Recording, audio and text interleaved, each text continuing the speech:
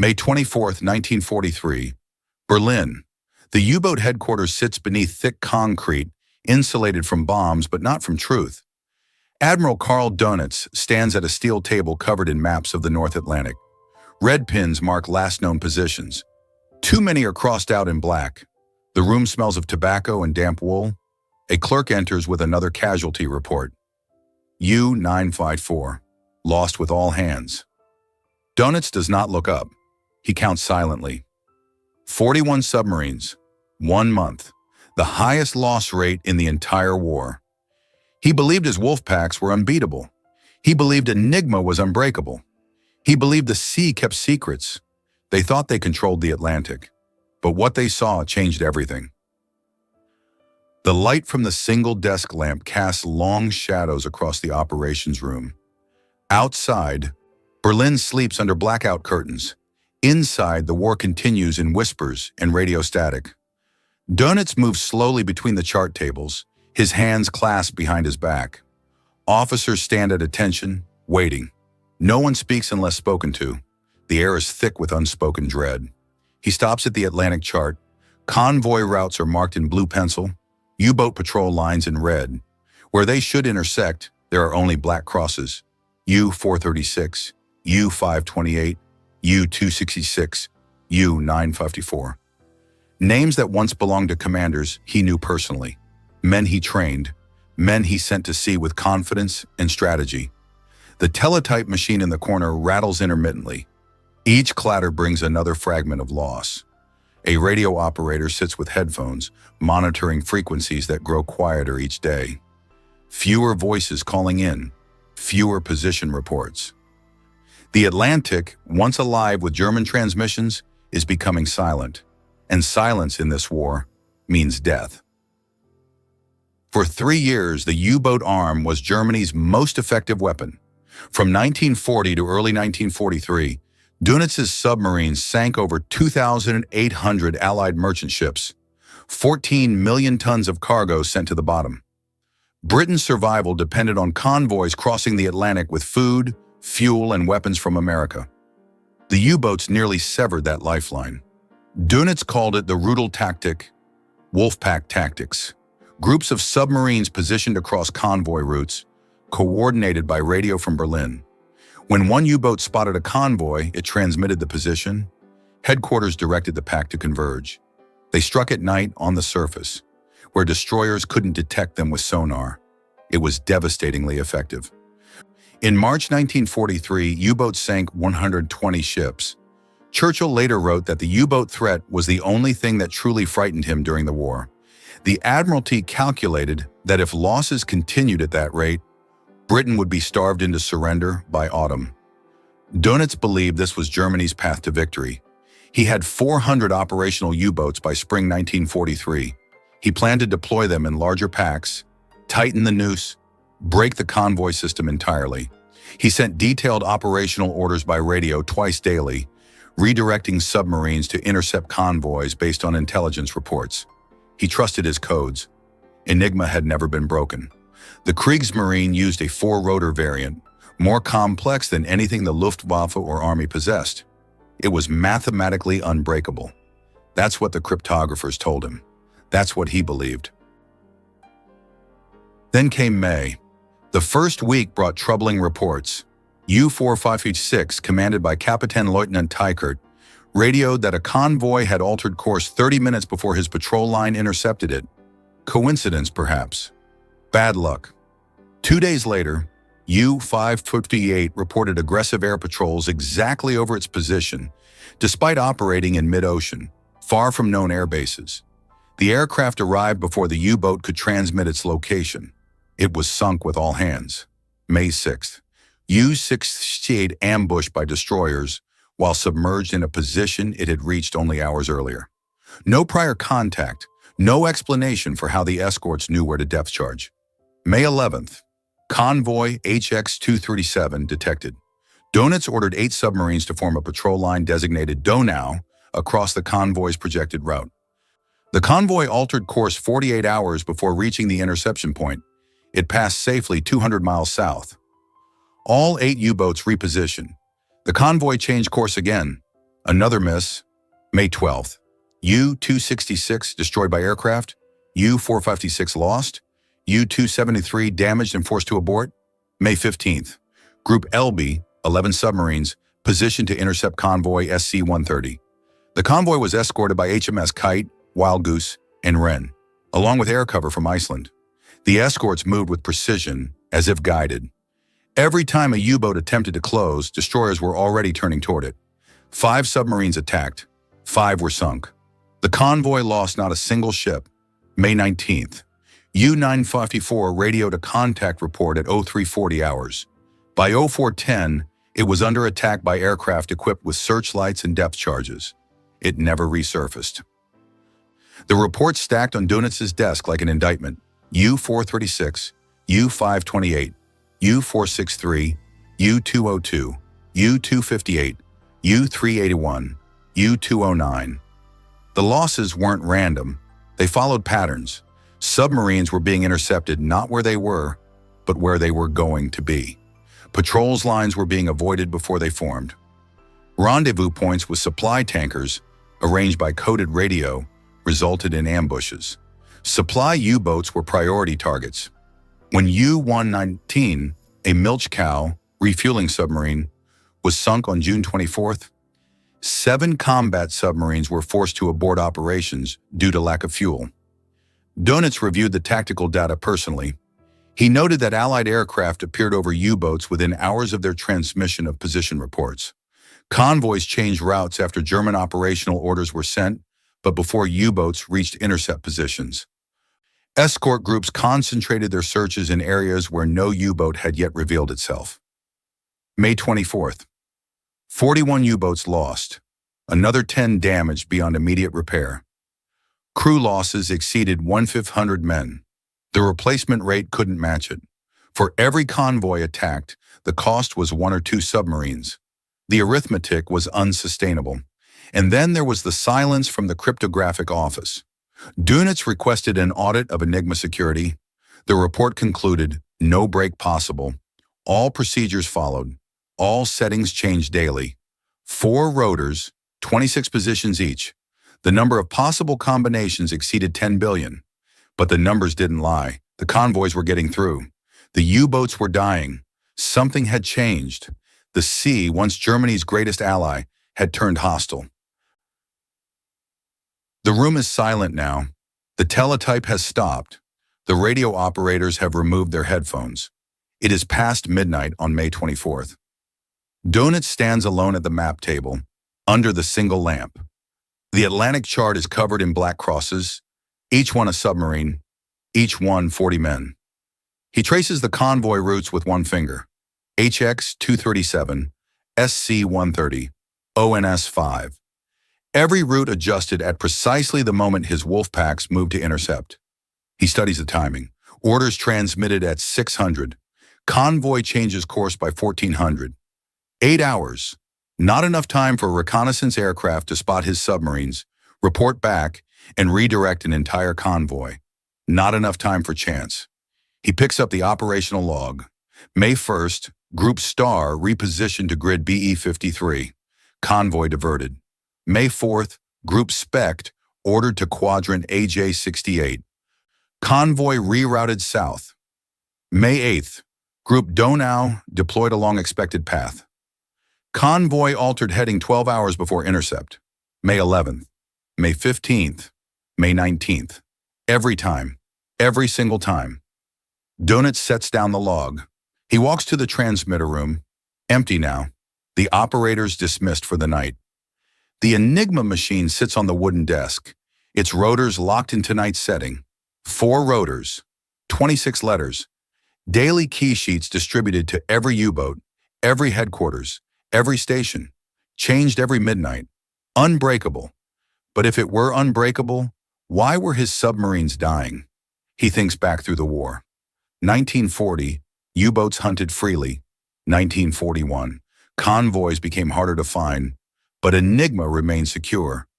1942, losses increased, but so did Allied air patrols. Logical, explainable.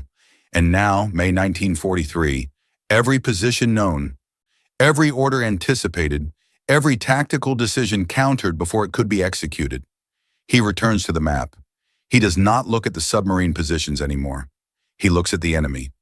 Where would the Allies position their escorts if they knew his orders? Exactly where they are. Where would they route their convoys if they read his intercept coordinates? Exactly where they went. How would they concentrate air patrols if they knew his refueling points? Exactly as they did. The logic is inescapable. It is not superior tactics. It is not luck. It is not even better technology alone. It is knowledge. They know what he will do before he does it.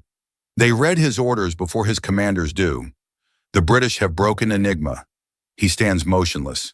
The lamp flickers once. Somewhere above, an air raid siren begins its distant wail. But here, beneath the concrete, there is only the sound of his own breathing. He thinks of the messages sent today. 12 operational directives. Positions for 19 submarines. Rendezvous coordinates for supply tankers. All transmitted in code. All received in London, decrypted, analyzed, and countered. His men surface at night to recharge batteries, and the aircraft are already overhead. His Wolfpacks assemble in patrol lines, and the convoys turn away. His tankers arrive at secret coordinates, and the destroyers are waiting. He knew it then. Not might be lost. Was lost. The Atlantic War was over. Germany just hadn't stopped fighting yet. What Dönitz did not know, what he could not know, was that Enigma had been compromised since 1941. At Bletchley Park, 50 miles north of London, a team of mathematicians, linguists, jurists, and engineers worked in secrecy under the codename Ultra. Led by Alan Turing and Gordon Welchman, they had constructed electromechanical machines called bombs, designed specifically to break Enigma encryptions. By 1943, Bletchley Park employed over 7,000 people. Their sole purpose was to intercept, decrypt, and analyze German radio traffic.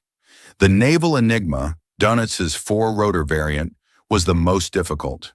It resisted breaking for nearly 2 years. Then in October 1942, British destroyers captured U-515 in the Mediterranean. Before it sank, boarding parties retrieved codebooks and key tables. Within weeks, Bletchley Park was reading U-boat communications in near real time. By May 1943, the system was fully operational. Every message transmitted by U-boat headquarters was intercepted by listening stations scattered across Britain, Canada, and Iceland. The encrypted text was relayed to Bletchley Park within minutes. Bombs processed the possible rotor settings, testing thousands of combinations per hour until the daily key was found. Once broken, every subsequent message sent that day could be read immediately. The submarine tracking room at the Admiralty in London received decrypted U-boat positions, patrol assignments, and operational orders faster than some German commanders did. Commander Roger Wynne and his team plotted every submarine on a master chart. When Dönitz ordered a Wolfpack to grid square BE-53, Wynne knew within 2 hours. Convoys were rerouted, escort groups repositioned. Long-range Liberator bombers were vectored to patrol areas where U-boats were ordered to operate. The system was so effective that the Allies faced a paradox. If they acted on every intercept, the Germans would realize their codes were broken. So they developed protocols. Convoys could only be rerouted if a cover story existed, a plausible reconnaissance sighting, a direction-finding fix, something that would explain the intelligence without revealing Ultra. Aircraft couldn't attack U-boats unless they had first been found by radar or visual contact. But by May 1943, the urgency of the Battle of the Atlantic overrode caution. The Allies used Ultra aggressively. Dönitz's operational orders became death sentences for his own crews. When he directed Group Elbe to intercept convoy SC-130, he unknowingly guided them into a concentrated ambush. When he ordered supply submarines to grid AK-35, he sent them to coordinates already surrounded by destroyers. The technology had other components. Centimetric radar, operating on wavelengths U-boats couldn't detect, allowed aircraft to find surface submarines at night. High-frequency direction finding, called HUF-DUF, pinpointed U-boat radio transmissions with triangulation. Improved depth charges sank submarines at greater depths. Escort carriers brought air cover to mid-ocean, but the decisive weapon was knowledge. Dönitz commanded his submarines by radio because coordination was essential to Wolfpack tactics. Every command he sent gave the Allies his strategy. The more he communicated, the more he exposed his forces. His greatest strength, centralized control, became his greatest vulnerability. The Atlantic was lost not because his submarines failed, but because his thoughts were being read. On May 24, 1943, Dönitz issued Directive 4074. All U-boats in the North Atlantic were ordered to withdraw from operational zones and return to base. The Wolfpacks were recalled. The Battle of the Atlantic, for all practical purposes, was over. In the months that followed, U-boat production continued. Submarines still sailed. Attacks still occurred. But the strategic initiative never returned. By war's end, Germany lost 783 U-boats, 2 out of every 3 ever built. Of the 40,000 men who served in the U-boat force, 30,000 died at sea, the highest casualty rate of any military branch in the war. The convoys kept moving. Between June 1943 and May 1945, Allied shipping losses dropped by 80%. The supplies that sustained Britain and later fueled the invasion of Europe crossed the Atlantic unimpeded. Dönitz's submarines, once the terror of the seas, became hunted prey. He never publicly acknowledged that enigma had been broken. After the war, interrogated by Allied intelligence, he attributed the defeat to advances in radar and air power. Perhaps he never fully accepted the truth. Or perhaps the truth was too devastating to admit, that every order he gave, every tactical decision he made, was known to the enemy before his own commanders received it. The captured documents told a story he could not. Post-war analysis revealed that in May 1943 alone, ultra-intelligence directly prevented the loss of over 300 Allied merchant ships. The supplies aboard those vessels, fuel, ammunition, food, machinery, represented the difference between Britain's survival and collapse. Dönitz had been a meticulous strategist. He studied convoy patterns, refined his tactics, motivated his men with unwavering conviction. But conviction cannot overcome mathematics when the enemy reads your equations. Technology cannot win when the adversary knows where you will deploy it. Courage cannot prevail when every brave decision is anticipated and countered. The sea keeps no secrets from those who can listen. And in the spring of 1943, the Allies were listening to everything. The hunter had become the hunted, not because his weapons failed, not because his men lacked courage, but because in modern war, the greatest vulnerability is not what the enemy can destroy, it is what the enemy can know. Wars are not lost in battle alone. They are lost in the silent rooms where messages are decoded, strategies are read, and the truth arrives too late to change the outcome. April 30th, 1943. Coast of Huelva, Spain. A fisherman pulls something from the tide. Not driftwood, a body. British officer, uniform-soaked briefcase chained to his wrist. Inside, invasion plans. Greece, Sardinia. Dates, unit codes, stamped most secret. The Spanish pass it to Berlin. German intelligence reads it, studies it, believes it. 3 weeks later, panzer divisions roll toward Greece. Naval assets redeploy to Sardinia. The Balkans flood with Wehrmacht reserves. They thought they had intercepted the enemy's plan. But the man in the water had never been alive. The room is dim. Tirpitzufer, Berlin. Naval Intelligence Section 3. Kapitän zur See. Ludwig Bauer leans over the decoded Spanish dispatch. Smoke curls from an ashtray. The teletype has gone silent. Only the hum of a desk lamp. He reads it again, then a third time. The letters are typed official, British General Staff format. Signatures match records. Watermarks authentic. Even the tone, casual, overconfident, feels real. He picks up the phone. Calls Canaris, then Keitel. Within hours, the file is on Hitler's desk at the Berghof. No one questions it. Not the chain of custody, not the convenience of the discovery, not the timing. The Führer reads the documents that night. He underlines Greece twice, writes in the margin, "Defend Peloponnesus at all costs." By May 12th, the 1st Panzer Division is moving east. The entire German High Command believes the Mediterranean strategy has been exposed. They do not know they are reading fiction. The corpse that fooled the Reich. When dead men carried Hitler's defeat.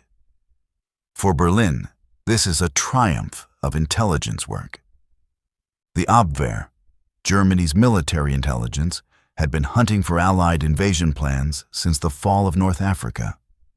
Now, by sheer fortune, they have it. A drowned courier, documents intact, the enemy's hand revealed. Admiral Dönitz orders U-boat patrols intensified around Crete. Kesselring requests air reinforcements for Sardinia. Rommel is told to expect landings in Greece within 60 days. The logic is sound. Greece offers a route to the Balkans. Sardinia threatens Italy's soft underbelly. Both are closer to Allied bases in North Africa than Sicily. Sicily is mentioned nowhere in the documents. The Abwehr cross-references the dead officer's identity. Major William Martin, Royal Marines. Serial number checks out. Personal letters in his wallet mention an engagement, theater tickets, an overdue club bill. Everything fits. German intelligence drafts a summary for OKW. Captured enemy documents indicate Operation Husky targets Greece, Kalamata, Cape Araxos, and Sardinia. Sicily assessed as faint only. Hitler reads it, nods. Issues Führer Directive 48. Reinforce the Balkans, strengthen Sardinia's coastal defenses, hold Sicily with minimal garrison. By mid-May, German forces are repositioned across a 1,000-mile arc. The Allies' true target, Sicily, is left exposed. But Berlin does not see this. They see confirmation, validation, a rare intelligence victory in a war where such victories are desperately needed. They see proof. July 9th, 1943. 2200 hours. The invasion begins. Not at Greece, not at Sardinia, Sicily. The Allied Armada is the largest amphibious force ever assembled.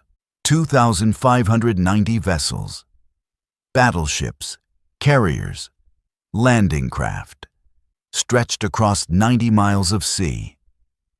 160,000 troops in the first wave. American 7th Army under Patton, British 8th Army under Montgomery. 14,000 vehicles, tanks, artillery, supply trucks. 600 tons of supplies per hour hitting the beaches. The Luftwaffe scrambles from airfields near Palermo. Too few, too late. Allied air superiority is absolute. Over 4,000 aircraft. The skies belong to the Allies. German forces on Sicily. 2 infantry divisions. Understrength, low morale. 30,000 Italian troops. Poorly equipped, no armor support. Coastal defenses, incomplete. Minefields, sparse. The invasion plan, Operation Husky, had been prepared for months. Rehearsed in Tunisia, timed to the tides, supported by deception operations across the entire Mediterranean theater. And it works. Within 24 hours, Allied forces secure 7 beachheads. Gela, Licata, Syracuse, Pacino. Resistance collapses in the south. Within 72 hours, Patton's tanks advance 30 miles inland. Montgomery captures Augusta and its port. Italian coastal divisions surrender en masse. And in Berlin, the reports arrive. Enemy has landed on Sicily in division strength. Palermo under threat. Request immediate reinforcements. Kesselring reports invasion larger than anticipated. The Abwehr scrambles to reassess. How did they miss this? The document said Greece. The document said Sardinia. But the documents lied. By July 12th, the scope becomes clear. The Allies have committed 8 divisions to Sicily. This is not a feint. This is the main effort. Greece is quiet. Sardinia untouched. The 1st Panzer Division, stationed 800 miles away in the Peloponnese, cannot be recalled in time. The naval assets defending Sardinia sit idle. The entire defensive strategy, shaped by a dead man's briefcase, has been rendered useless. The math is brutal. German reinforcements reach Sicily too slowly. Only 60,000 troops trickle in over 2 weeks. The Allies land 478,000 men over the same period. Air cover. The Luftwaffe flies 500 sorties in the first week. The Allies, 42,000. By August 17th, Sicily falls. Axis forces evacuate to mainland Italy. Over 29,000 Germans killed, wounded, or captured. 140,000 Italians.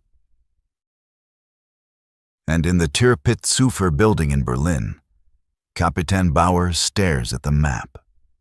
Sicily, the island they left undefended, the island the documents never mentioned, the island that was always the target. The realization does not come all at once. It comes in pieces, in fragments, in the slow, terrible assembly of evidence that forces a mind to confront its own deception. Late July, 1943. Abwehr headquarters. Bauer reviews the timeline again. The body found April 30th. Documents delivered to Berlin May 10th. Redeployment orders issued May 12th. Invasion launched July 9th. He pulls the original Spanish intelligence report. Rereads the description of the corpse. Appeared to have been in the water 8 to 10 days. But the documents inside the briefcase showed no water damage. The ink was clear, the paper intact. A body floating in the Atlantic for over a week. And the letters in his wallet are still readable? He requests the autopsy report from Spanish sources. It takes 3 weeks to arrive. When it does, the details are wrong. Cause of death listed as drowning. But the lungs, the pathologist's notes are vague. Pneumonia mentioned. No seawater in the lungs. Bauer underlines it, shows it to his deputy. Major Martin did not drown. August 1943. Interrogation of a captured British officer. Routine questioning. The prisoner mentions Sicily. Jokes about how surprised they were at the light resistance. We expected hell. They told us the Germans had reinforced every inch of the coast. But you landed without much opposition. Barely anyone there, like they'd been pulled off the line or something. Bauer writes this down, files it, but it stays with him. September. Canaris receives intelligence from a turned asset in London.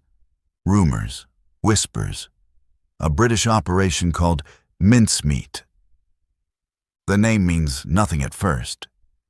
Naval term, slang, refuse. Then a decoded fragment. Body successfully delivered to target. Spanish cooperation confirmed. Berlin took the bait. Canaris does not show this to Keitel or to Hitler. He buries it in a classified folder marked Post-Action Analysis, Uncertain Reliability. Because the alternative is unthinkable. October. The pieces fall into place. Major William Martin's identity is rechecked. No family contacts. No verified service record before 1943. The personal letters in his wallet, written by someone, yes, but not by a real fiancé. Theater tickets purchased, but never used. Club bill fabricated. The man was real. A corpse, but not a Royal Marine. He was a homeless man from Wales. Glyndwr Michael died of rat poison, pneumonia from exposure. His body purchased or donated and dressed in uniform. His identity invented. His mission to be found. His briefcase filled with lies. Bauer writes a memo, submits it through channels. It is read, acknowledged, filed. No formal investigation is launched. No public admission, because to admit it would be to admit the entire German High Command was deceived by a dead vagrant and a forged letter. In his office, late at night, Bauer looks at the map again. Greece, Sardinia, Sicily. The Panzer Division sent east. The defenses left thin. The invasion they didn't stop. He thinks about the fisherman who pulled the body from the water, the Spanish officer who opened the briefcase, the Abwehr analysts who authenticated the documents, Canaris, Keitel, Hitler himself. Every step, every check, every validation. All of it led to the wrong conclusion. Not because they were careless, but because the deception was perfect. He closes the file, writes on the cover, in pencil, mincemeat, confirmed post-war. We were deceived. Then locks it in the safe. The war will not be won or lost because of one operation. But this one, this lie, carried by a dead man, shifted the Mediterranean. And the Reich never saw it coming. Not might have been deceived. Was deceived. Why did it work? Not luck, not accident. Design. The British understood how intelligence works. They knew that Germany's Abwehr operated on a principle. Captured documents are more reliable than intercepted signals. A physical artifact, paper, ink, signature, carries authority that radio chatter does not. So they gave the Germans exactly what they wanted: physical evidence. But the operation went deeper. Step 1. The body. Not just any corpse. It had to match a profile. Young, military age. Cause of death consistent with drowning. The British found Glyndwr Michael dead from pneumonia and exposure, and preserved his body in dry ice for weeks. They dressed him in Royal Marine uniform, gave him a name, backstory, service number. They invented a fiancé, wrote love letters, planted them in his wallet, added theater ticket stubs, an overdue tailor bill, a receipt for an engagement ring, every detail designed to withstand scrutiny. Step 2. The documents. Not obviously fake, not suspiciously perfect. The letters were written by British intelligence officers, yes, but in the casual, informal style of real military correspondence. Mistakes included crossed-out words, informal abbreviations. One letter, from Vice Admiral Louis Mountbatten, referenced sardines, a joke the Germans would interpret as code for Sardinia. Another mentioned Greek targets by name. Specific beaches, specific units, all of it plausible, all of it fitting German expectations. Step 3. The delivery. Spain. Neutral. But with known German informants. The British submarine HMS Seraph released the body off Huelva, a location where tides and currents would naturally carry it ashore. Where Spanish authorities would find it, where those authorities, under pressure from German intelligence, would quietly allow the documents to be photographed before returning them to the British. The British even filed a formal protest with Spain, demanding the briefcase's immediate return. Urgent, insistent, making the documents seem even more valuable. Step 4. Confirmation bias. The Germans wanted to believe it. Since the fall of Tunis, they had been desperate for intelligence on Allied invasion plans. When the documents appeared, seemingly by chance, they fit the strategic picture Berlin already believed. Greece made sense. It threatened the Balkans, Romania's oil fields. Sardinia made sense. It was closer than Sicily to North Africa. Sicily, by contrast, seemed too obvious, too direct. The Allies wouldn't telegraph such a move. So when the documents confirmed what the Germans already suspected, they accepted them without deeper investigation. The mechanism was psychological. The Abwehr had been trained to authenticate documents. They checked signatures, verified formats, cross-referenced identities, all standard procedure. But they never considered that the British might want the documents to be captured, that the entire chain of evidence, body, briefcase, discovery, authentication, had been engineered. They saw confirmation, not manipulation. And once the orders were issued, the trap closed. Panzer divisions moved east, naval forces redeployed, Luftwaffe squadrons reassigned. Changing those orders, even after suspicions arose, would have required admitting the intelligence was false. Admitting the high command had been deceived. So the orders stood, and Sicily remained exposed. Operation Mincemeat succeeded not because it was clever. It succeeded because it understood the enemy's psychology, their procedures, their desperation, and weaponized all three. The British didn't just plant false information. They planted a believable lie, and the Reich never questioned it. Sicily fell in 38 days. Mussolini was deposed 3 weeks later. Italy surrendered in September.